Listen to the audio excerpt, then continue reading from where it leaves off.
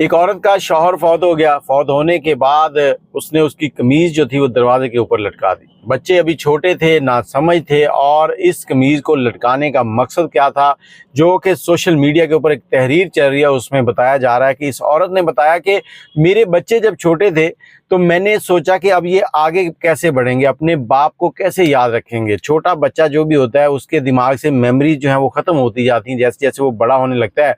और ये वो बच्चे थे जो बचपन से लेकर स्कूल जाने तक अपने बाप से रोज़ाना खर्चा लेकर जाते थे, बाप की उंगली पकड़कर स्कूल जाते थे। और मैं दूसरी शादी नहीं करना चाहती थी, मैं इसी शौहर के सहारे, इसी के नाम के साथ मरना चाहती थी, क्योंकि उसने मेरे साथ ऐसा अच्छा वक्त गुजारा था। कुदरत ने कुछ ऐसा किया कि वो उसकी डेथ हो गई, वो फौत हो गया। तो मैंने इन बच्चों के दिमाग में अपने बाप का नाम जिंदा रखने के लिए इस कमीज को इस दरवाजे के ऊपर लटका दिया, और रात को सोने से पहले जिस जिस बच्चे की जितनी डिमांड होती थी उसके मुताबिक वो पैसे उसकी जेब में डाल देती, और सुबह उनसे कहती कि अपने अब्बा की कमीज से पैसे ले लो।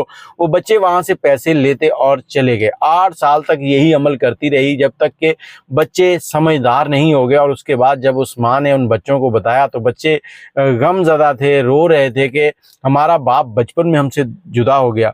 और मैं सलाम पेश करता हूँ इस औरत को जिसने अपने शौहर के मरने के बाद जवानी के अंदर दूसरी शादी करने का नहीं सोचा। बाकी आप लोग इस बारे में क्या कहते हैं, अपनी राय कमेंट में ज़रूर दीजिएगा। अल्लाह हाफिज़।